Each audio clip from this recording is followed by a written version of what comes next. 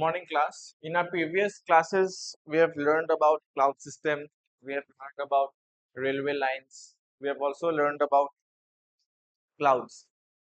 From the perspective of your exam, that is CBS, NDA, geography plays a crucial part. Questions are often repeated in geography and it's divided into three parts. Firstly, we have Indian geography. Secondly, we have physical geography. And thirdly, we have world geography. In Indian geography, questions gets asked such as Himalayas, where are they located, what are the various layers of Himalayas, and their vegetation. Secondly, we have drainage system, which river leads to where does the river originate, how does it flow, what is its route, what are the tributaries, where does the tributary start. So these are the questions of river system. Then we come on to soil, agriculture. For example, what types of crops are grown when, what are the various types of soil found in India. Then we come on to the islands, plateaus. So these are on Indian geography. Then we come on to physical geography. In physical geography, we get questions such as volcanoes, why volcanoes are formed, how volcanoes are formed, what are the types of volcanoes, where they are found. So these are some PYQs. Then we get currents and ocean tides. How does the ocean tide start? Why tides are formed? Then we come on to world geography. In world geography is based on current affairs. For example, currently we are facing the US Iran Israel war. So questions will be asked as what are the neighboring states of Iran? What are the neighboring states countries of Israel? What then they might ask the rivers flowing through Iran, rivers flowing through Israel. So these are questions which gets asked. For today's lecture, we will be focusing on the topic of agriculture in India. This is a part of Indian geography. So let's start. So firstly, we have the meaning of the word agriculture. Where does the word agriculture begin or where does it start? So it's a basically Latin word. It has two type. It is divided into two parts. First part is agar or agri. It means soil, and culture means cultivation. So it's agar cultivation, soil cultivation, right? Now we come on to the types of farming. So basically, we have three types of farming. We have subsistence farming, we have commercial farming, and we have primitive subsistence farming. So what is subsistence farming? Subsistence farming is nothing but it is produced for the farmer's own consumption. It is produced in a small plot of land. There is less labor. Everything is manual labor. There is not much, what to say, machinery. Then we come on to commercial farming. Commercial farming is done mostly for profit. So it's done in huge plantations, huge plot of land, lots of fertilizers, pesticides, lots of machinery, lots of it's uh, high high intensity work, right? Then we have primitive subsistence agriculture. Just like subsistence agriculture, in primitive subsistence agriculture, what happens is it's based on old knowledge or old know-how. They are using old machineries. They are also using shifting cultivation, nomadic cultivation. For example, in Northeast, we have something known as jhum cultivation.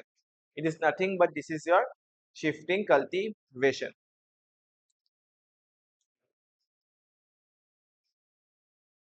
So these are the two types of primitive subsistence. Firstly, we have shifting and then we have nomadic herding. In shifting cultivation, they follow something known as your slash and burn. It involves clearing a plot of land by falling of trees and burning vegetation. Ashes serve as natural fertilizers. Land is abandoned when soil fertility decreases, right? Then we have nomadic herding. Herdsmen move from place to place with animals for fodder and water. Animals are sheep, camel, yak, and goats. Just write this down. I'm giving you 2 minutes. As I said before, shifting cultivation in the northeast is known as jhuming or jhum cultivation.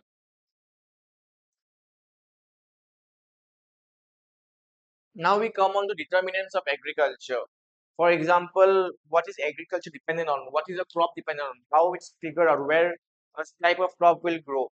So it's done through climate, topography, and soil.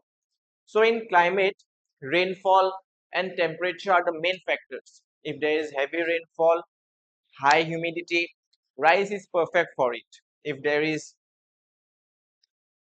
uh, for example, drainage, if something with high drainage, Darjeeling is a good place. Then we have soil.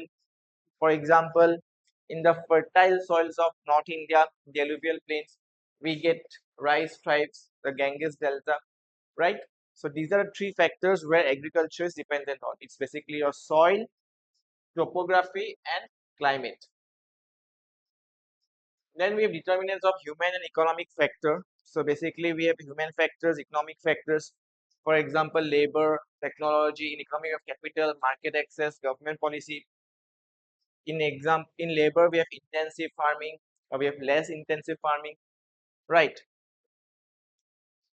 So this is a very important slide here.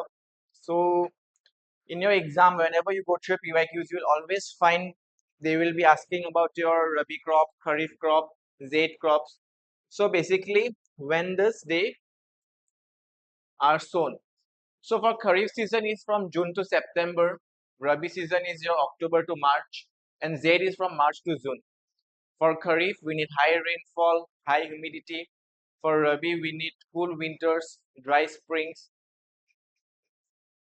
And then Kharif, the crops are rice, maize, jowar, bajra, cotton.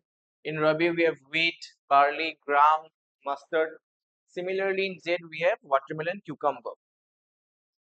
The easiest way to distinguish them are as Rabi means relaxed winter, Kharif means clouds, right? And Zaid means summer. So Rabi will be R for relaxed, Kharif will be K for clouds. Clouds means monsoon, right? So Rabi is your October to March, Kharif is your June to September, Zaid is from March to June. Now we come on to crops. First staple crop is your rice, second largest producer after China. Requirements are high temperature, high humidity, high rainfall. Soil is your alluvial clay. Crop states are West Bengal, UP, Telangana, and Punjab. Then we come on to major grains. So we have wheat and maize. Wheat is a rabi crop, requires cool growing season, bright sunshine and ripening, right? So at ripening, it will be requiring high sunshine or bright sunshine. States are your Punjab, Haryana, UP. Maize is your kharif crop, used as food and fodder. Temperature is 21 to 27. Soil is old alluvial. States are Karnataka, MP, and Bihar. So nutri cereals or millets. It's known as coarse grains. It's high nutritional value and drought resistance. Jowar is rice fed crop. Bajra grows well on sandy soil. Ragi dry region. Nutrition ragi is very rich in iron, calcium, and roughage. So these are some of the crops we are learning about. What are the requirements? Where do they grow? When do they grow? And which states do they grow in? Right? So we come on to pulses and oilseeds. Pulses, India is the largest producer and consumer of pulses. And oilseeds are your groundnut, kharif. Plantation crops are tea, coffee. Fiber crops are your cotton, jute, natural silk. So sericulture is the rearing of silkworm for silk fiber, right? So we have two revolutions in agriculture. We have green revolution 60s and 70s, where HYV seeds were used or high yield variety, and we have white revolution operations that it was done for is Turian. So with this, we have come to the end of today's chapter. We have learned about crops, what are the requirements, their factors. Thank you, class.